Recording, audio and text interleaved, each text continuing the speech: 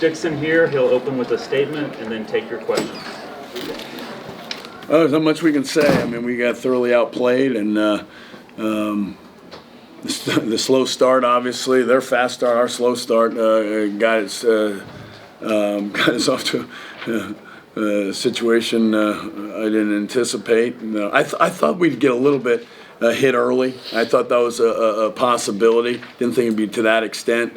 13-0, I think. But then we started chipping away, get it down to 6, which is what I kind of continued telling our guys at halftime. Throughout the first half, and then it got away a little bit more in at the start of it, and then I really went into halftime telling guys we're going to turn this into a one-possession game, and we come out, we get stops to start the half, and we come out and go.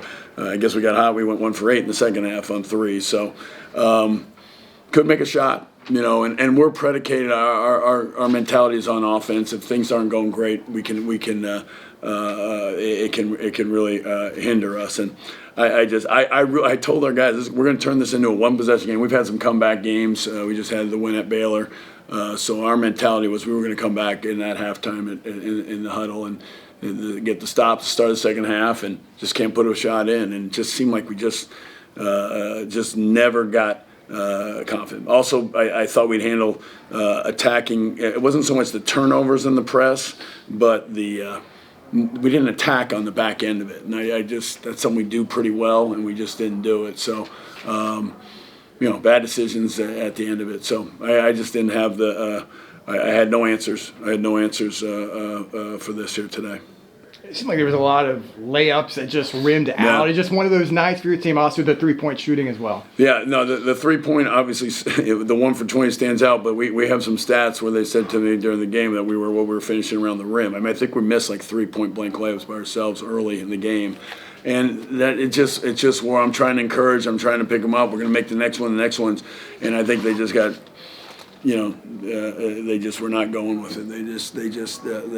They could not respond, especially in that second half when it turned, and we looked like, and then they hit some shots and scored at the end of clock, which wore us down to even more. So, I was certainly disappointed in how we played. I gave credit to Central Florida. I didn't do a good job having us.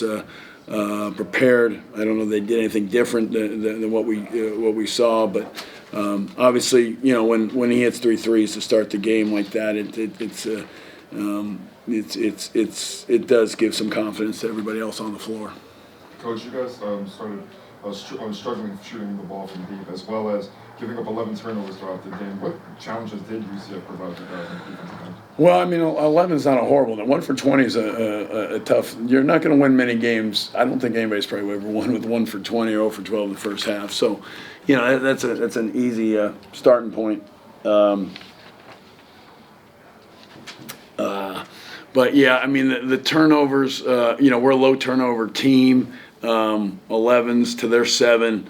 I just think probably the biggest difference of 13 threes to 1 3 is 36 different points differential right there. So and I think our thing is we do make a pretty good amount of threes and shoot a pretty good percentage. So if you don't defend, which is one thing we tend to do well at times, and you don't make shots for threes, and we're a pretty good shooting team, you're going to end up in a situation like this. So. Coach, obviously you're kind of getting into the midst of the Big 12 schedule. I'm sure you guys have played in some tough environments, but was the crowd at all rattling the guys, or were they pretty calm for the most part and just struggling to hit the shots? I think it was, I thought it was a good atmosphere, and that's what we're used to. It fits right into the Big 12, and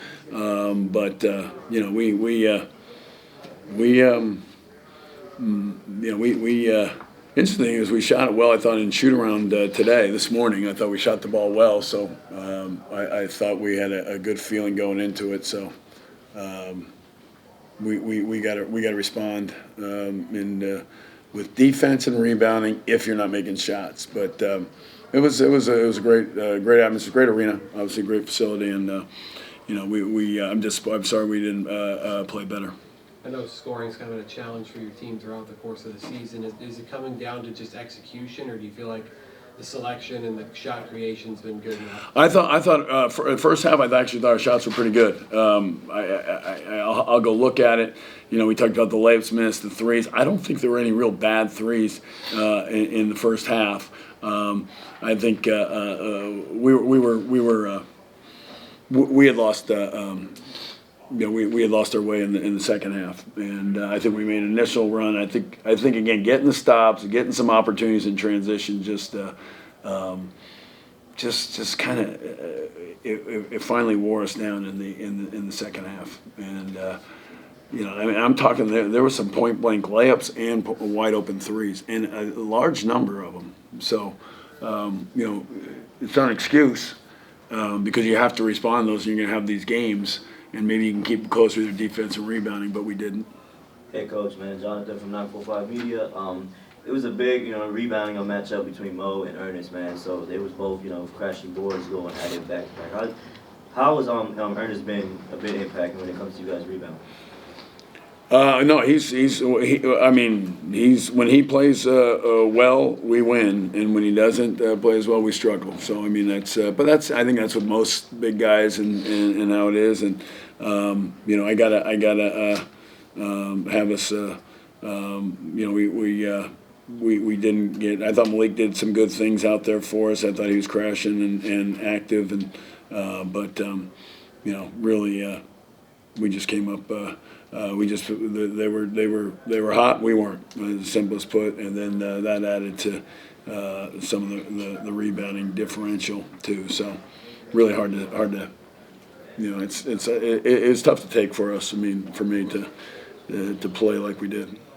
You talked about the missed threes. It was the worst 3-point percentage in Big 12 history. Is that right? Yeah, UCF had the record before. How do you take that and kind of throw it out and move on to the next games? Well, like I said, we improved in the second half, so yeah.